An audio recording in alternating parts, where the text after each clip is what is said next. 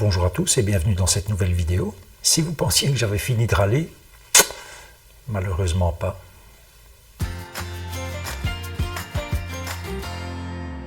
Nous sommes aujourd'hui le vendredi 16 octobre et j'ai effectivement bien pris livraison du Van Ulysse numéro 2 ce mercredi 14 octobre à 14 h.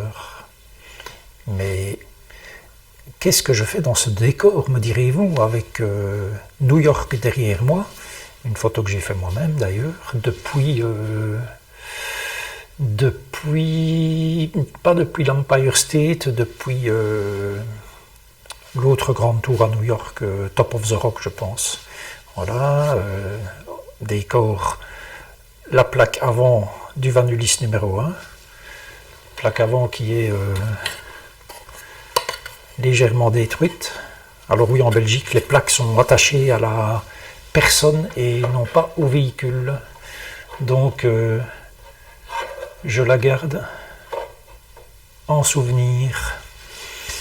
Et donc voilà, qu'est-ce que je fais dans ce décor et pourquoi ne suis-je pas dans le Van Ulysse numéro 2 ? Eh bien, pour la bonne et simple raison que le Van Ulysse numéro 2, depuis sa livraison, il est en panne.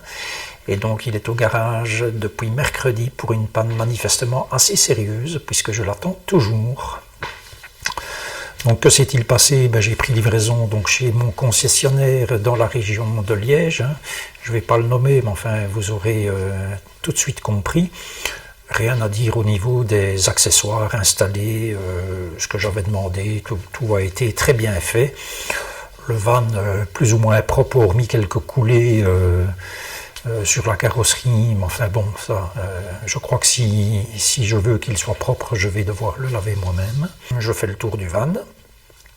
Et puis, il y avait une chose qui n'avait pas été faite, c'était resserrer les baies arrière contre la carrosserie, parce que c'était quand même un petit peu lâche.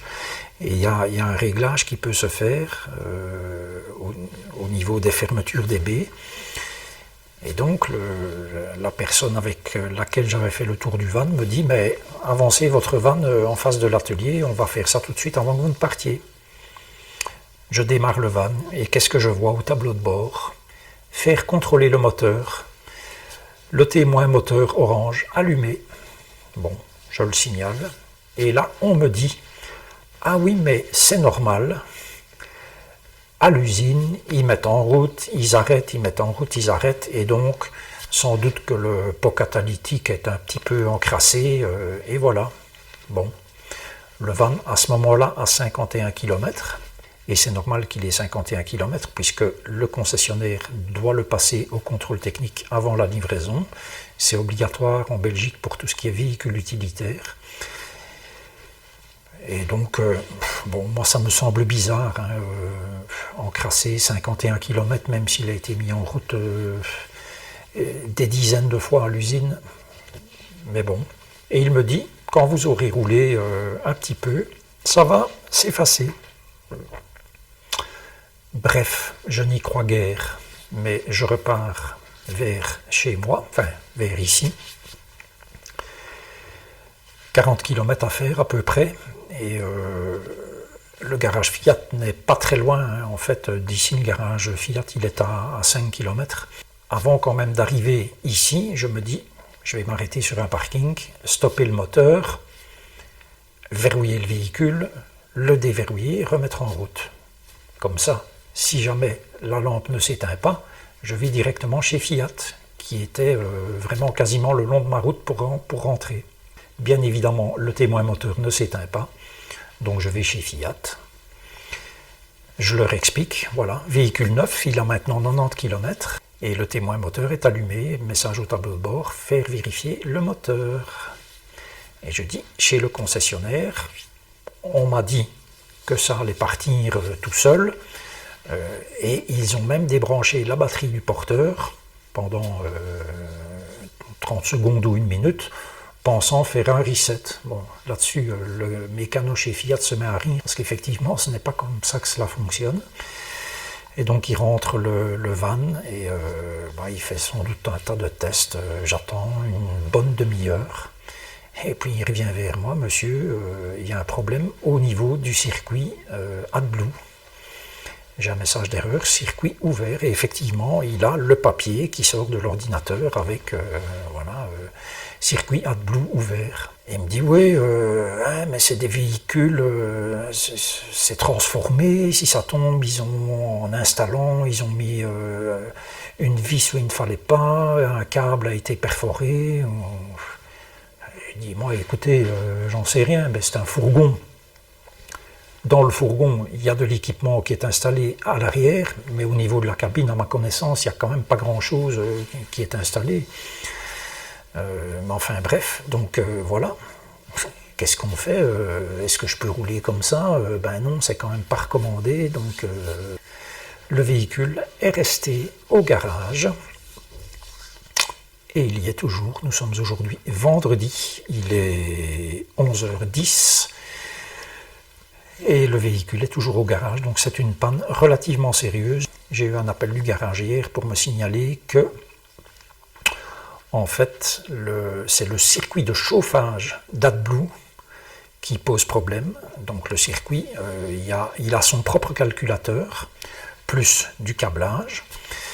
Manifestement, il n'y a aucun dégât qui aurait pu être fait par chausson, d'après ce que la personne m'a dit, puisqu'il a bien du courant et tous les câbles de données, tout ça c'est bon.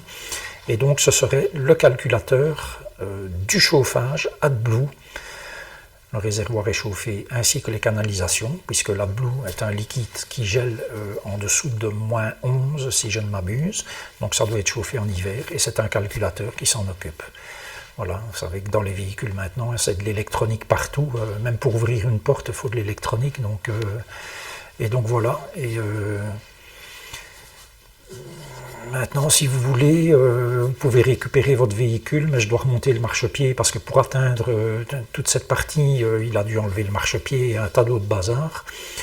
Et donc moi j'ai dit, écoutez, non, je ne vais pas vous ennuyer, gardez le véhicule, je ne vais pas vous obliger à remonter ça, pour que moi j'ai le véhicule, pour devoir la semaine prochaine redémonter, quoi. C'était un peu ridicule.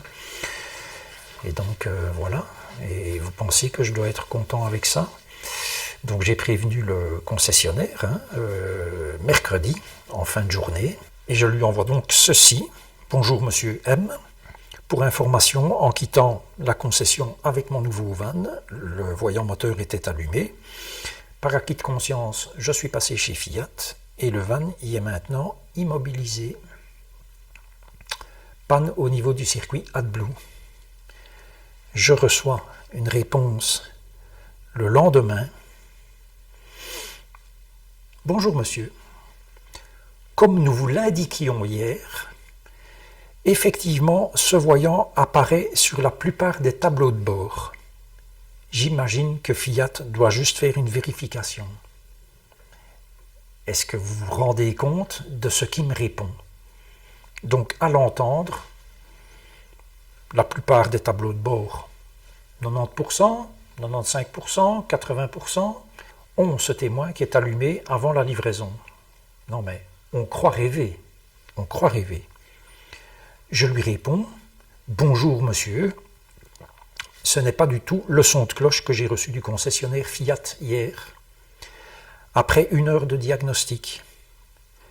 Par ailleurs, il s'occupe de 70 camping-cars, dont certains viennent de votre concession, et n'a jamais eu un seul cas de voyant moteur allumé à la livraison.